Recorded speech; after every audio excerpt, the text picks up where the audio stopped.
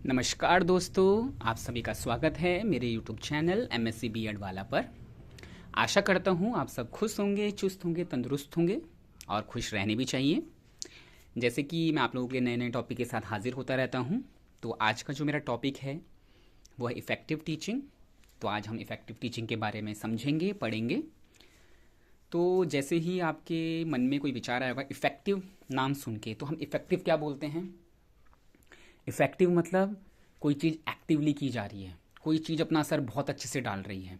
तो effective teaching में हम डील करेंगे कैसे बच्चों को, उन चीज़ों से डील करेंगे कि हम कैसे बच्चों को एकदम एक्टिवली पढ़ा रहे हैं, इस तरीके से अपनाएं टेक्निक्स की बच्चे इंटरेस्ट दिखाएं किसी भी चीज़ में, कि क्लासरूम किस तरीके का हो, टीचिंग किस तरीके की हो, ओके, पढ़ाई किस तरीके की कराई जाए कि बच्चे एक्टिवली क्या करें, इंटरेस्ट दिखाएं, है ना, एक्टिव रहें क्लासरूम में, ओके। और ऑफ कोर्स चाइल्ड सेंटर्ड होगा तो चीज़ें एक्टिवली ही वर्क करेंगी।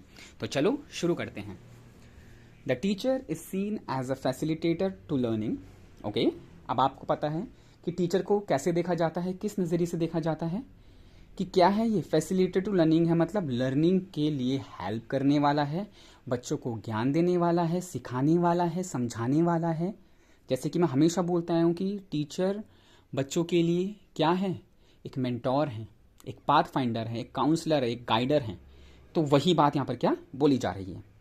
The progress of learning varies from individual to individual. अब आपको पता है कि क्लास क्या है, डिफरेंट है, डाइवर्स क्लासरूम है। तो बच्चों को पढ़ाया जाएगा, सिखाया जाएगा, लेकिन जो वो समझेंगे, जो उनकी प्रोग्रेस होगी, वो वेराई करेगी इंडिविजुअल टू इंडिविजुअल। अब इंडिविजुअल डिफरेंसेस क्लास में होते हैं, सबका दिमाग एक जैसा नहीं है, सबको एक, है ना, ही तरीके से समझ में नहीं आता है। तो हर किसी का अपना क्या है, अपनी रफ्तार है चीज़ों को समझने की, और किस तरीके से वो चीज़ों को लेते हैं, समझते हैं, वो हर चीज़ का, हर किसी का अपना टाइम है। Knowledge and values are reason and inquiry is the preferred mode of learning. अब देखो, जब टीचर पढ़ाएगा तो नॉलेज और वैल्यूज टीचर सिखाएगा, ज्ञान टीचर देगा, है ना, एक तहजीब, तमीज़, आदर्श टीचर क्या है, सिखाएगा। Inquiry is preferred as mode of learning. किसी भी चीज़ को जब पढ़ाया जाए तो बच्चों को ऐसा पढ़ाया जाए कि बच्चे उस चीज़ के बारे में उत्सुक रहें, उस चीज़ के बारे में जिज्ञासु रहें, और खोजबीन, जांच पड़ताल और क्वेश्चनिंग इस तरीके की करें कि पूरा निचोड़ पूछें कि अगर 2+2 4 हुआ तो क्यों हुआ, किस तरीके से हुआ, कैसे किया गया, हर चीज़ को समझाएं। अगर इस चीज़ को ऐसा बोलते हैं तो क्यों बोलते हैं, किस लिए बोलते हैं, हर चीज़ के पीछे रीज़न जाने, ढूंढें, सीखें, समझें, है ना, बातों का आदान प्रदान करें, इंक्वायरी पूरा एकदम इंस्पेक्शन करें उस चीज़ का। Cooperation and social values are more relevant than competition, okay. तो जब हम एक इफेक्टिव टीचिंग की बात कर रहे हैं, या फिर हम एक इफेक्टिव क्लासरूम की बात कर रहे हैं, या फिर हम एक इफेक्टिवनेस की बात कर रहे हैं, कुछ भी बात कर रहे हैं, यहाँ पर इफेक्टिव लगा दिया है, तो बात की जाएगी वो तौर तरीके आजमाने की जो एकदम एटमॉस्फेयर को क्या कर दे, एनर्जाइज कर दे, एनर्जेटिक कर दे। तो वहीं यहाँ पर बोला जा रहा है कि जब कॉरपोरेशन मतलब चीज़ों का आदान प्रदान ठीक प्रकार से होगा, सोशल वैल्यूज़ मतलब जब वो अपने आस पास सही तरीके से रहेंगे, और ये काम कराया जाएगा, ये काम सिखाया जाएगा कि प्रॉपर कम्युनिकेट कैसे करते हैं, कैसे बातचीत करते हैं, कैसे अपने आइडियाज़ को ठीक प्रकार से किसी के सामने रखते हैं, बच्चों के साथ कैसे एडजस्ट करते हैं, है ना, और कैसे समाज में, या फिर समाज अपने आप, जैसे अपने क्लासरूम में अपने फ्रेंड्स के साथ हो, अपने दूसरे सहपाठी के साथ हो, या फिर अपने जूनियर सीनियर के साथ हो, तो ये चीज़ें अच्छे से सिखाई जाए, रादर देन सिर्फ उनके अंदर एक कंपटीशन की भावना भरने से, ओके। क्योंकि कंपटीशन तो क्या है, वो तो एक किसी के मन का होता है ना कि मुझे टॉप में रहना है, मुझे इससे आगे निकलना, उससे निकलना है, लेकिन सबसे पहले वैल्यूज़ और जो कॉपरेटिव और एकदम मेलजोल वाला बिहेवियर होता है, तो पहली प्रेफरेंस उसको रखना चाहिए। Values that the institution teacher professes are to be exemplified in behaviour rather than taught, okay. चीज़ें करके दिखाई जाए, सिंपल सी बात है। जब हम बोलते हैं ना कि आप किसी से तमीज़ से बात करें, तहजीब से बात करें, तो देखो, अगर हम किसी को चीज़ें समझा रहे हैं तो सिर्फ समझाने तक उसको सीमित ना रखें। जब तक बच्चा उस चीज़ को सीखेगा नहीं, देखेगा नहीं, करेगा नहीं, तो सिर्फ एक लेक्चर दे के या फिर सिर्फ उसको समझा के कोई फ़ायदा नहीं होता। लेकिन जैसे अगर आप टीचर है मान लो, तो सबसे पहले टीचर की ड्यूटी का है क्या है कि आपको पता है ना, बच्चे टीचर्स को प्रॉपरली फॉलो करते हैं, तो टीचर की ड्यूटी है कि सबसे पहले वो खुद जो बच्चों से बातचीत है या फिर अपने को वर्कर जो को टीचर्स के साथ वो रहते हैं, बहुत अच्छे से तमीज़ से तहजीब से क्या करें, बात करें। क्योंकि ये टीचर की ड्यूटी बनती है ना, टीचर तभी तो इन्फ्लुएंस करेगा औरों को जब वो खुद तमीज़ तहजीब से रहेंगे। और दूसरी बात, जब क्लासरूम में टीचर्स माहौल देखेंगे बच्चों का आपस में, तो टीचर भी एकदम देखते हैं ना, ऑब्जर्व करते रहते हैं कि कौन सा बच्चा कैसे बात कर रहा है, क्या कर रहा है। तो टीचर को अगर कहीं पर कोई चीज़ गलत लगे या फिर ऐसा लगे कि यहाँ पर तमीज़ी या फिर बदतमीज़ी ठीक प्रकार से बात नहीं हो रही, तमीज़ से बात नहीं हो रही, तो टीचर उस चीज़ को वहीं पर समझाए कि ये चीज़ गलत है और इस चीज़ को ऐसे किया जाना चाहिए। तो अपनी बातों को सिर्फ वर्डिंग, अपनी बातों को सिर्फ बातों तक सीमित ना रखें, उनको रियल लाइफ में अप्लाई करें, प्रैक्टिकलिटी लाएं उन चीज़ में। जैसे फॉर एग्जांपल हम बोलते हैं कि ज्ञान देना आसान है, लेकिन उस ज्ञान को खुद लागू करके दिखाना है ना। ज्ञान तो हर कोई दे देगा, लेकिन जब वो करने की बात आती है तो वो लोगों को मुश्किल लगती है। तो वही है, सिर्फ ज्ञान तक सीमित मत रहो, उसको लागू करने तक भी सीमित रहो। तो in the same manner value सिर्फ बोलनी और बतानी नहीं है, सिखानी भी है, करके दिखानी भी है। All individuals can grow and develop given the right means. Okay, तो हर कोई तब क्या करेगा, ग्रो करेगा अपने, देखो हर किसी ने डेवलप ग्रो जो भी ये है, हर कोई अपनी रफ्तार से करेगा। हम ये नहीं बोल सकते कि एकदम मैंने आज बोला सब में उसका असर पड़ जाएगा। हर कोई उसको अपने तरीके से अपनी ही रफ्तार से क्या करता है, लेता है उस चीज़ को, है ना। लेकिन समझाना, चीज़ें बताना क्या है, बहुत ज़रूरी है। Factors affecting effective teaching. अब फैक्टर जो है क्या क्या, कौन से फैक्टर हैं, वो कारण कौन कौन से या फिर कौन कौन सी वो चीज़ें हो सकती हैं जो इफेक्ट डालती है इफेक्टिव टीचिंग में, है ना। Teaching learning challenges.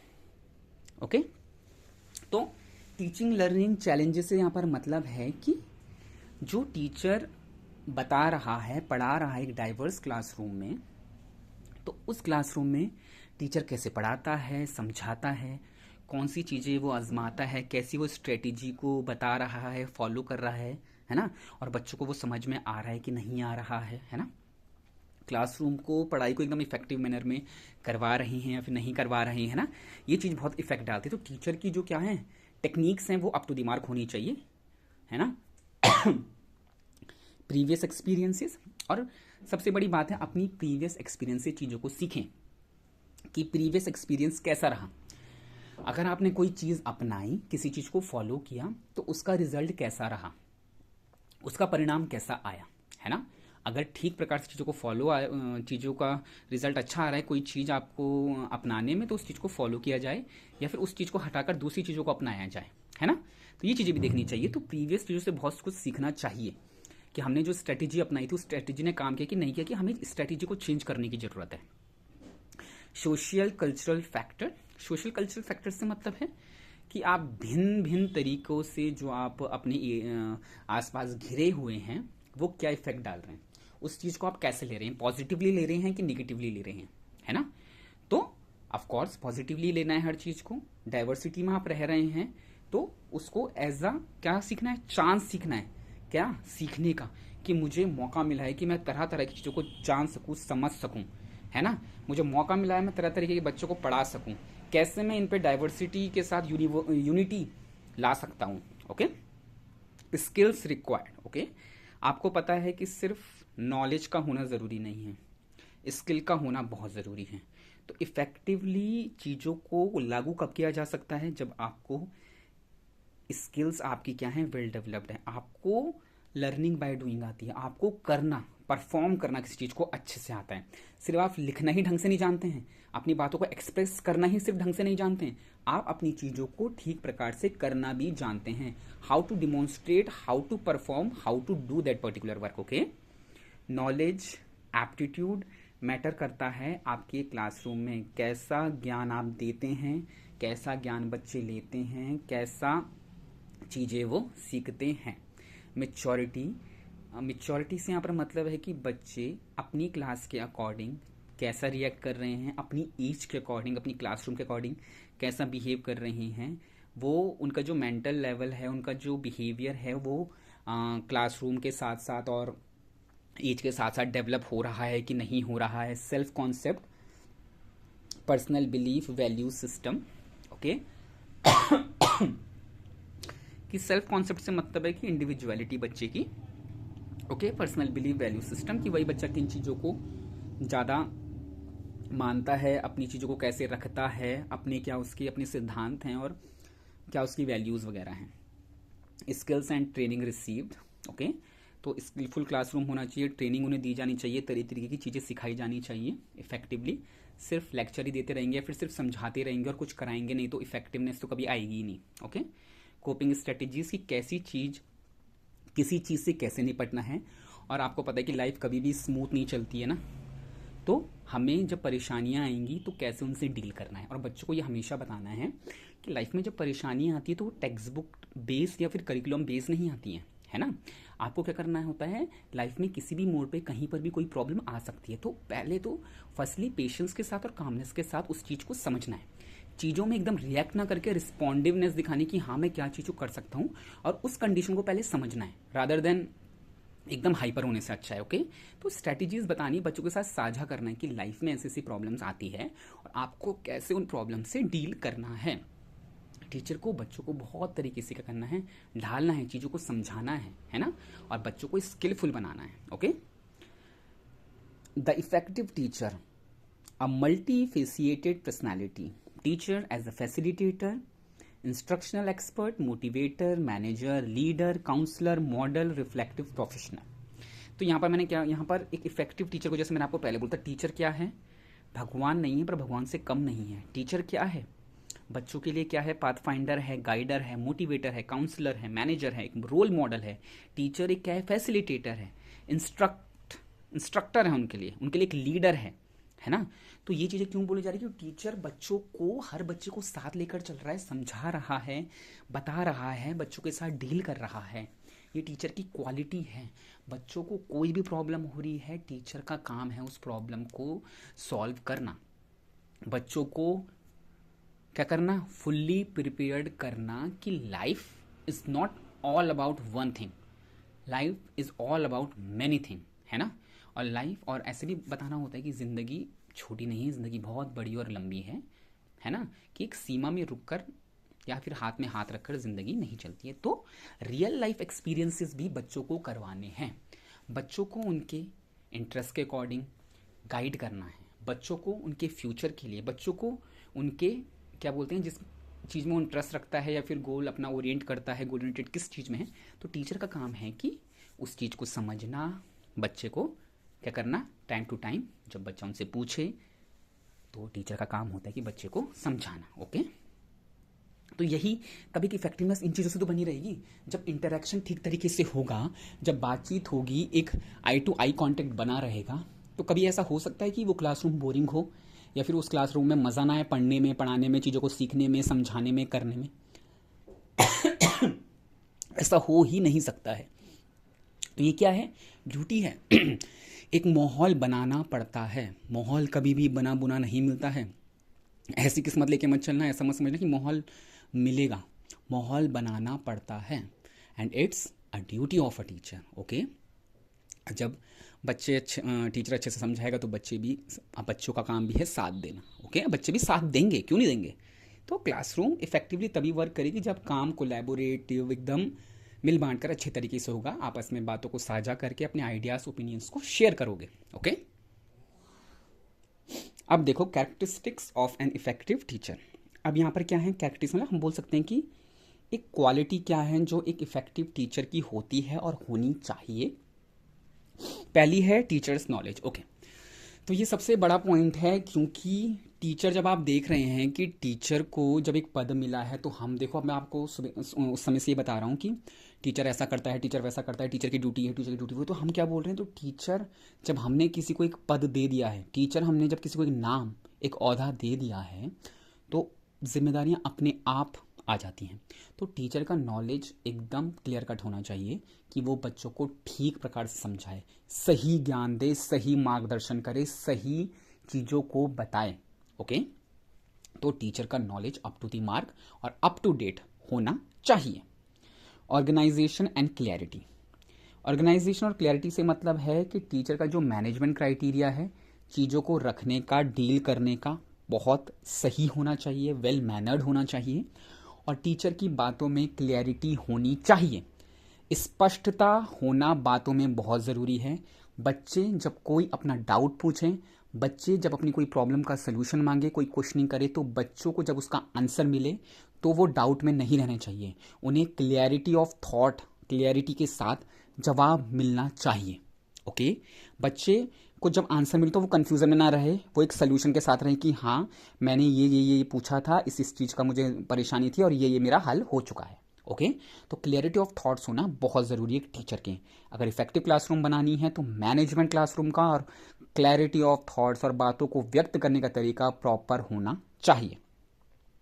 Warmth and enthusiasm, teacher patience होना चाहिए, टीचर में कामनेस होना चाहिए, पोलाइट होना चाहिए और एनर्जेटिक, एंथुजियाज्म, एकदम फुल ऑफ मतलब पॉजिटिविटी है ना, ऑप्टिमिस्टिक होना चाहिए, सकारात्मक चीज़ों को ध्यान देने वाला होना चाहिए। देखो पॉजिटिविटी नेगेटिविटी दोनों चीज़ें होती हैं, लेकिन आप किस चीज़ में फोकस करते हैं, आप अपना ध्यान किस तरीके की चीज़ों की तरफ लगाते हैं, वो मैटर करता है ना, वरना अच्छा बुरा तो दोनों है इस दुनिया में। तो टीचर एनर्जेटिक होना चाहिए। ओके, अब पेशेंस लेवल टीचर का बहुत अच्छा होना चाहिए, क्योंकि उसे इंडिविजुअली क्या होना चाहिए, एक डाइवर्स क्लासरूम में तो बहुत चीज़ों से डील करेगा। ऐसा नहीं होना चाहिए कि गुस्सेल है कि कोई बच्चा कुछ पूछा तो टीचर चिल्ला जा रहा है, चिड़चिड़ा जा रहा है। नो, ऐसी एक्टिविटी करेगा टीचर तो बच्चों में डेफिनेटली नेगेटिव इंपैक्ट पड़ेगा और बच्चे कभी भी क्लैरिटी ऑफ थॉट्स उनको मिल ही नहीं पाएगा, फिर वो पूछने में भी हिचकिचाएंगे, फिर जवाब तो क्यों ही मिलेगा उन्हें अगर ऐसा होगा तो। एक्टिव, सबसे पहले टीचर एक्टिव होना चाहिए, एनर्जेटिक होना चाहिए, है ना। टीचर अपने पीछे पूरी क्लास को इन्फ्लुएंस कर रहा है। अगर टीचर ही एक्टिव नहीं है तो क्लास एक्टिव हो ही नहीं सकती है। तो सबसे पहले टीचर एनर्जेटिक और एक्टिव होना चाहिए। प्रमोट लर्निंग बाय डूइंग, और लेक्चर तक सीमित ना रहकर चीज़ों को करने वाला, बताने वाला, सिखाने वाला, समझाने वाला, डेमोन्स्ट्रेट करने वाला टीचर होना चाहिए। Okay, learning by doing is the best method. वो दिमाग और दिल दोनों में बसती है, वो तब ज्ञान तब दिमाग और दिल दोनों में रहता है अगर लर्निंग बाय डूइंग होगी तो। Strategies and techniques for effective teaching, अब देखो हम स्ट्रैटेजीज पढ़ेंगे, क्या क्या वो तौर तरीके और चीज़ें जो है हम अपना सकते हैं इफेक्टिव टीचिंग के लिए। Linking education with life skill, education को जो है वो मिलकर कि लाइफ स्किल मतलब कर कर समझाना कि हाँ जब आप कोई ज्ञान दे रहे हैं तो उस चीज़ को सिखाएं, समझाएं, उसको कर कर बताएं और उसको जोड़ें, जीवन से उसको जोड़कर भी बताएं और ये भी बताएं कि इन चीज़ों का यूज़ यहाँ होता है, इसने हमें यहाँ मदद करनी है, ये हमें यहाँ मदद कर सकती है, इसका उपयोग हमें यहाँ हो सकता है।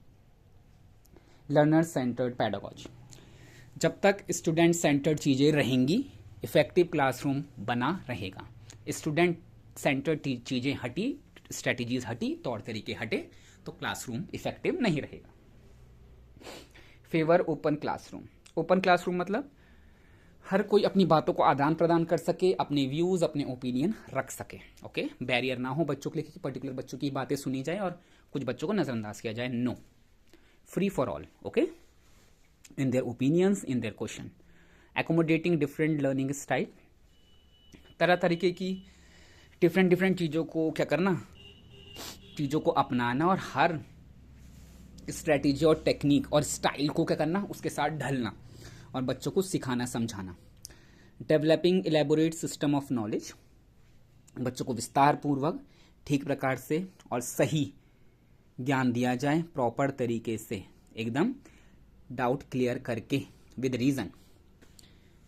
एटीट्यूडिनल रिकंस्ट्रक्शन, उनका क्या है, जो चीज़ें हैं, स्वभाव है, उसको क्या किया जाए, बनाया जाए, ठीक प्रकार से उनको ढाला जाए।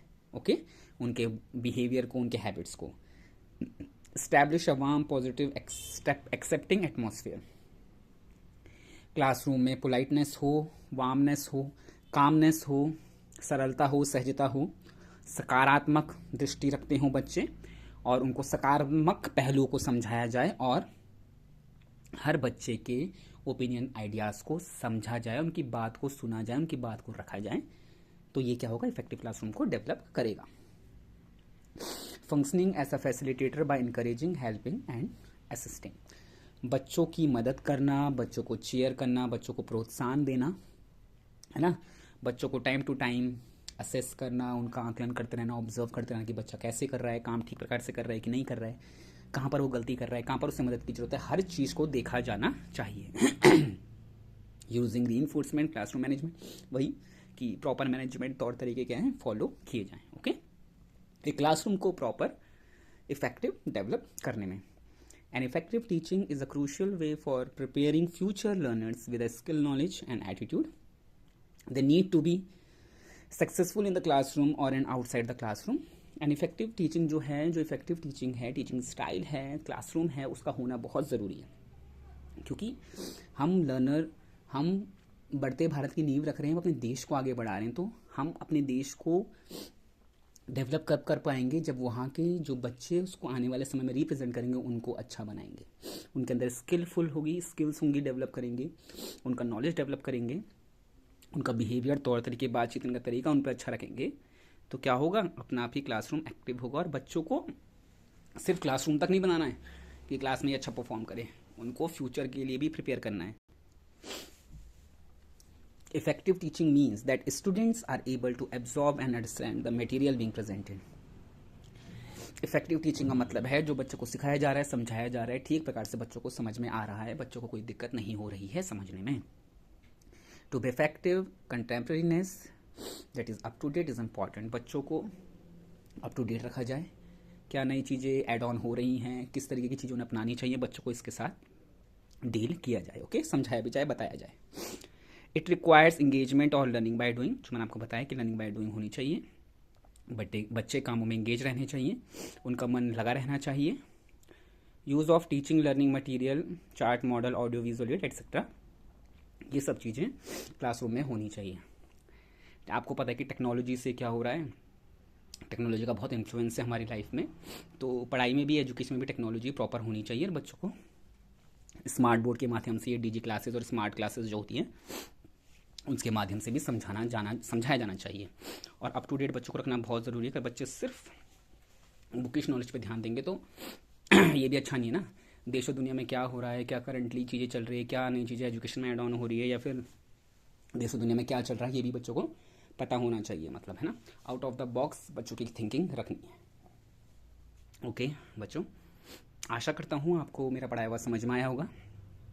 फिर मिलेंगे नए टॉपिक के साथ। मैं MSc B.Ed वाला आप लोगों से इजाज़त चाहता हूँ। धन्यवाद।